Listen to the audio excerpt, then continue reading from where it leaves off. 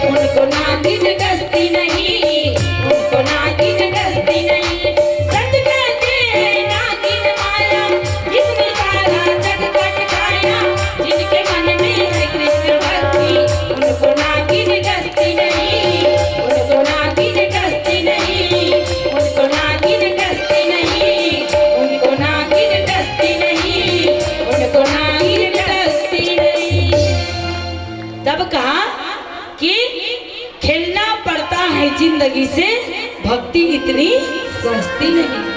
संत कहते हैं नागिन माया, उसने सारा जग काट खाया, किसी को नहीं छोड़ा। काम क्रोध लोभ मोह अहंकार ईश्वर दोष ये किसी को नहीं छोड़ा।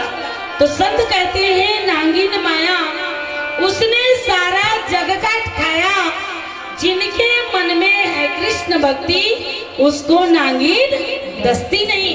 माया रूपी नागिन जिनके मन में भगवान के प्रति प्रेम हो उसको डसने वाली नहीं है। इसलिए प्यारे उस परमात्मा के लिए हमारे मन में श्रद्धावान व्यक्ति बनना जरूरी है।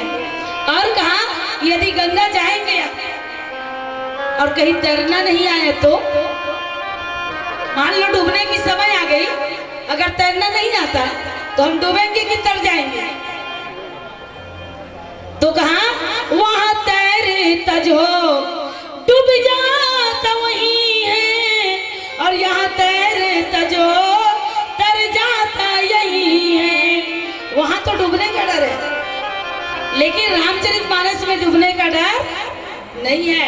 अंधा व्यक्ति तर जाता है, लंगड़ा व्यक्ति तर जाता है, लूड़ा व्यक्ति तर जाता है।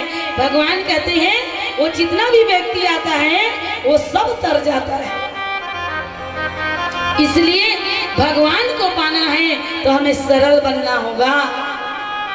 अकड़ने में भगवान मिलने वाला नहीं है। इसलिए आज भरत भैया ने किया क्या? भरत भैया ने किया क्या? केवल राम से प्रेम किया।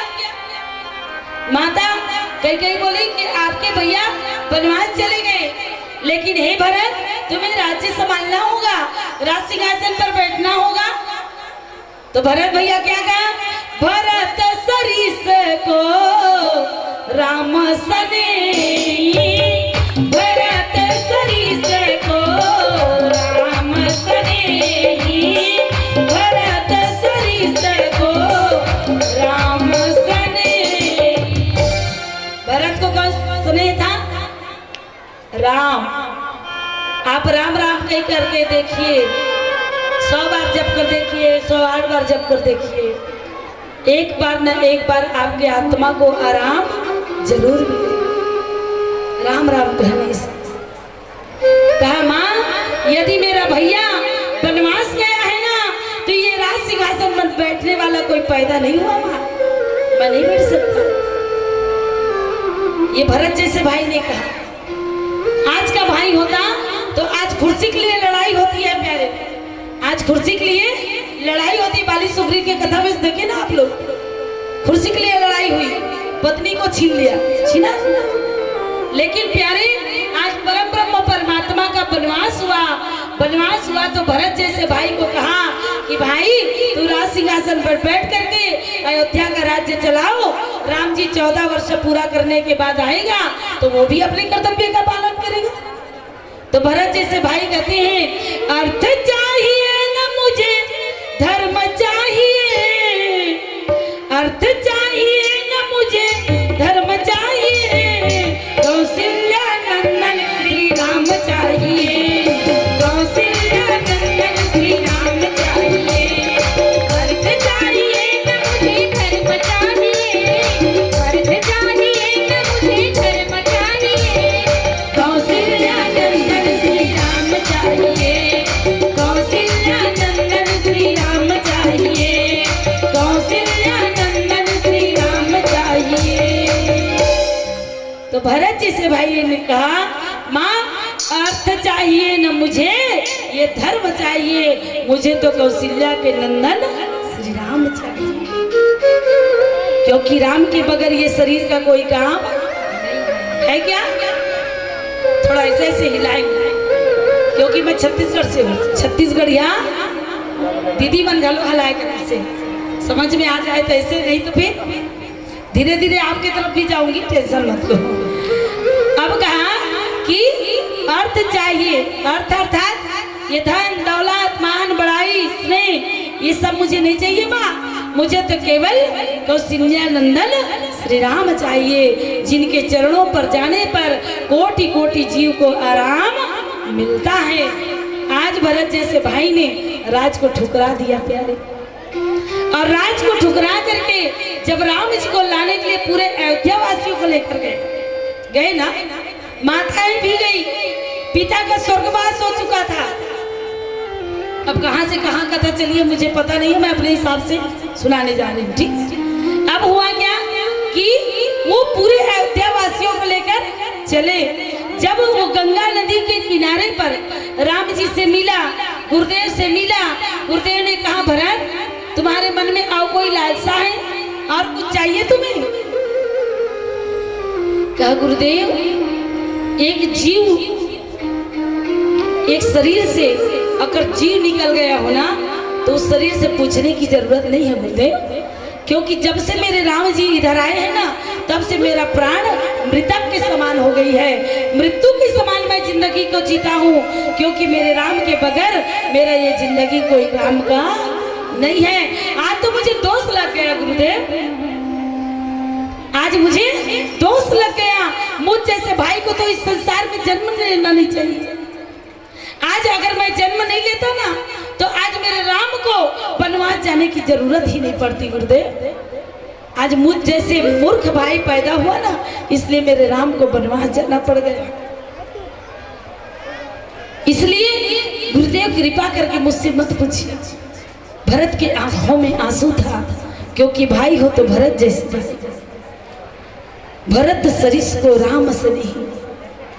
आप अपने शरीर को देखिए, ये कितने तत्वों से बना? 5 कर्मेंद्री, 5 ज्ञानेंद्री परमात्मा ने और सतोगुण, रजोगुण, तमोगुण के द्वारा शरीर की रचना किया। और कितनी बड़ी कृपा कर दी जो हमको श्वास दे दिया। अगर श्वास भगवान नहीं देते तो हम कुछ बिगाड़ देते क्या भगवान का? आज भी यहाँ बैठे बैठे भगवान यदि श्वास को ले जाएगा तो हम कुछ कर सकते हैं क्या? तो ये श्वास के चलते चलते प्यारे उस परमात्मा को जप ले, क्योंकि श्वास के अंदर ही वो परमात्मा का निवास है। आज भरत जैसे भाई मछली की तरह तड़प रहे थे, जैसे मीन को जल से बाहर निकाल दिया जाता है तो वो मछली जो है तड़प तड़प करके अपने प्राण की आहुति दे देती है। आज उसी प्रकार भैया भरत का दिल जो है हो रहा था। वो कह रहे थे मेरे राम, हाय राम। लेकिन प्यारे आज राम जी का वनवास हुआ तो क्या माता कैकेयी की इसमें दोष थी क्या? लेकिन आज माता कैकेयी गई ना, और विधवा अवस्था में विधवा थी माता कैकेयी, माता सुमित्रा, माता कौशल्या भरत के साथ गए सफेद वस्त्र पहने हुए। आज सफेद वस्त्र को पहन करके गए। जब राम जी मिलने आए, तीनों माताओं को देखा तो राम जी गदगद हुए, क्या तड़प पड़े। प्यारे राम जैसे संत, राम जैसे ब्रह्म, तीनों माताओं को देखकर कहा माता ये हालात तुम्हारी केवल मेरे वजह से हुआ ना, क्योंकि मैं आज इतना दोषी बन गया माँ तुम्हारी इस वेश को देख करके। आज मुझ जैसे बेटा को तो इस दुनिया से चले जाना चाहिए। उस समय आज राम जी पहले अपने माँ कौशल्या से नहीं मिले, सुमित्रा से नहीं मिले। कहा माँ कैकेयी के पास गए और जाकर कहा मैया ये दशा आपकी कैसे हुई? इस वेश में देख करके आज मेरे आत्मा में जो बीत रहा है उसको बता भी नहीं सकता। तब माता कैकेयी कहा बेटा हम लोग अभागे हैं, हमारी कर्म फूट गई है। उस समय परम ब्रह्म परमात्मा ने कहा माँ अनाथ आप नहीं हुए माँ, अनाथ तो मैं हुआ हूँ, क्योंकि मेरा पिता इस दुनिया में नहीं रहा। आज मेरे पिता इस दुनिया से चला गया। तुम्हारे तो 4 पुत्र है ना माँ, तुम्हारे 4 बहू है ना माँ, तुम 3 लोग हो, लेकिन अनाथ आज मैं हो गया क्योंकि मेरे पिताजी इस दुनिया में नहीं रहे। राम जी तड़प रहे थे प्यारे। आज जीते जागते माता पिता का हम कद्र नहीं करते। आज राम जैसे भक्त आज नर लीला करने के लिए स्वयं ब्रह्म अवतार लेकर आया, और ब्रह्म अवतार लेकर भी आया है ना, तो उनकी आंखों में आंसू आ गए। किसके लिए? पिता के लिए।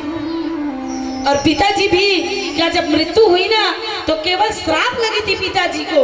कौन सी श्राप लगी थी? जब वो बाण चला रहे थे ना तो श्रवण कुमार को लग गया, और श्रवण कुमार को लगने की वजह से आज अंधे माता पिता ने श्राप दे दिया।